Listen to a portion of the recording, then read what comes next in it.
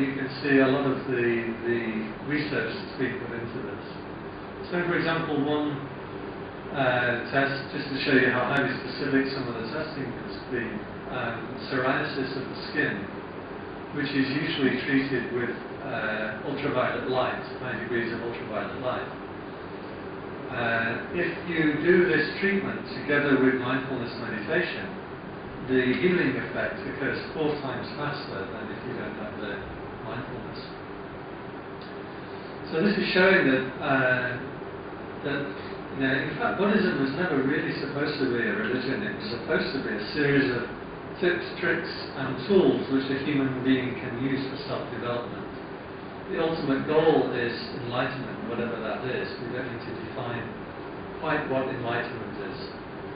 In India, you kind of have this idea of moksha, right? Or samadhi, or enlightenment, or the Atman. You kind of have this idea floating around. When I was growing up in England, nothing. Nobody had any idea. And I remember reading a book about, I think it's called The 7 Footprints of Satan, and it was based on the Buddha's story. The Buddha, when he was born, he landed on his feet and took a number of footsteps. And so I asked my parents, what is enlightenment? Because it mentioned the enlightenment of the Buddha, and then my parents are like, passed his exams. That was as close as they knew about enlightenment. Didn't sound very good to me at the time. So taking some of these things out of Buddhism and testing them in a secular environment is very useful activity. And it shows that a lot of these meditational techniques are actually very widely applicable, and they can be used not just by monks and nuns who are in a temple environment aiming for enlightenment. They can be used by everybody. Something that's a little more interesting to myself is, aside from taking these tools and giving them to regular people in various environments, is training the therapists in mindfulness. Now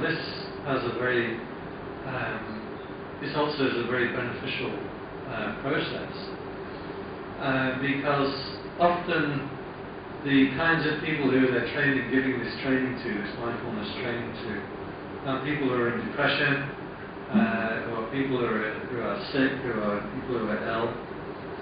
Also, it's very hard to measure how mindful you can make somebody in 8 weeks. There's no test. I can't measure you on the level of mindfulness 1 to 8. I mean, how do I know?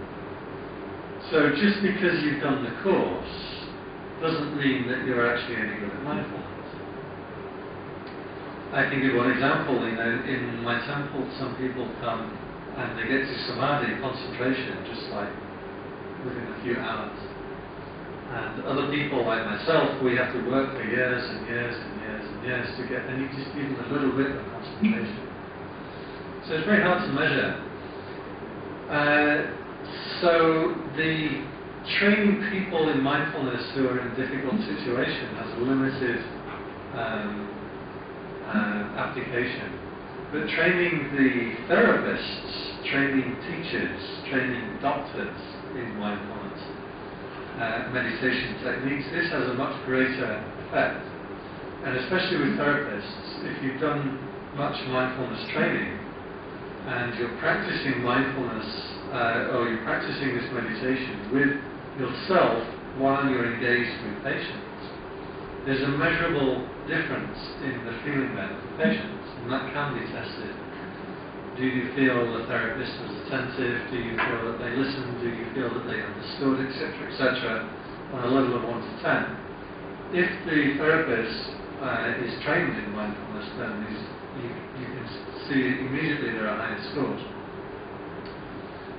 Same with doctors. One of the problems with doctors is that they don't tell you is that very often they have no idea what's wrong with you. And I had a friend or a person I was just with in a treatment in a drug rehabilitation centre, and she had had an intolerance to food for her whole adolescence up until she was about 16. And she basically, every time she ate food, she felt uncomfortable. And in Germany, that's not such a, if you ever tasted German food, it's not such a big deal. But the funny thing was that she actually overcame this when she moved to America and got American food, and then suddenly it seemed to heal. I don't know if that's good or bad thing for American food, American cuisine. Now many times doctors are not able to tell people. She was seen by hundreds of doctors in many countries. Nobody could tell her what was wrong. There was nothing physically wrong with her. And very often doctors are afraid to tell people they don't know what's wrong. So they find something wrong and they say, oh well, you have this.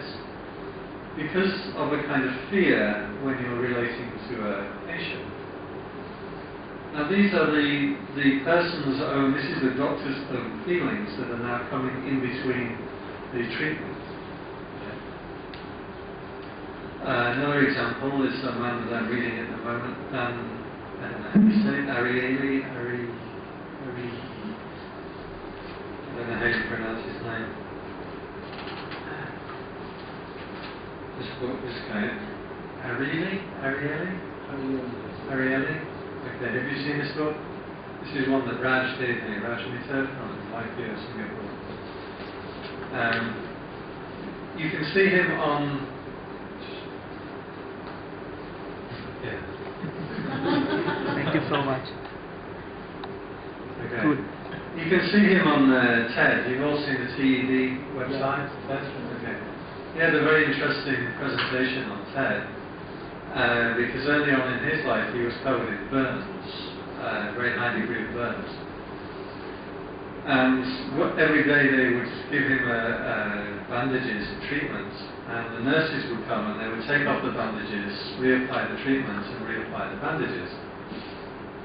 When they took the bandages off, they would rip the bandages off in one go, figuring that a short amount of time with a lot of pain is better than a longer amount of time with lesser pain.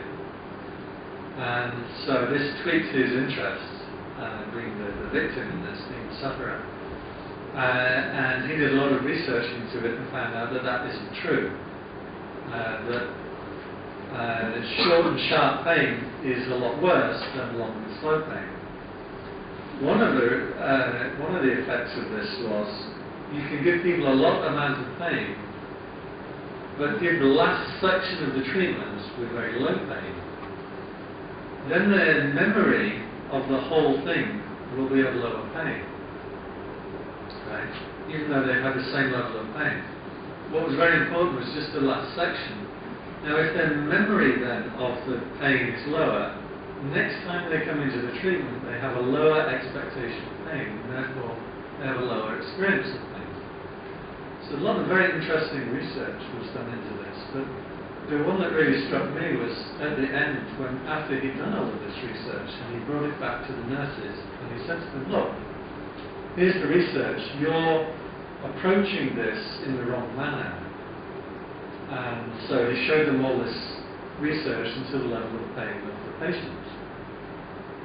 And the nurses came out with an interesting, not objection, but observation. They said, but what about our pain in pulling off the bandages?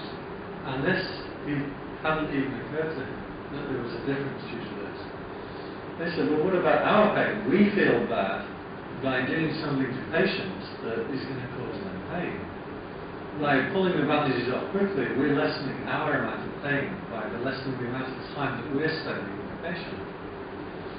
And if they felt that if they're pulling off bit by bit, this was uncomfortable for them. So mindfulness starts to pull into focus a lot of these factors. What do you yourself feel in a particular situation? What do you yourself feel when you're dealing with a student, with an unruly student, for example? If you're more able to deal with your own pain if you're more able to deal with your own discomfort, then you might be able to be more able to deal with the student. How much of your motivations are driven by your own pain, your own discomfort, your own pleasure seeking, and how much of your own actions are actually objective and looking to the person that you're dealing with. So in a lot of these realms, mindfulness meditation has become like very much the watchword in psychology at the moment. It won't last very long. Another 5 years, they'll be onto something else that's like the new thing, like mindfulness. We've done that, we've been there, we've got that one now. We'll find something new. So mindfulness meditation then has been something that's been very useful. It's very pragmatic, and it can be used by anybody and everybody. And the idea is to show yourself to yourself, to self-exposure. The idea being that if you see yourself properly, then you start to change. If you see your motivations with honesty, with observation, then wisdom starts to arise. You start to change the way that you behave. So it's very much a process that's founded on wisdom. In fact, I would say that all self-development, certainly in one way or another, has to start with self-understanding, self-knowing. This is kind of the key to all kinds of spiritual development.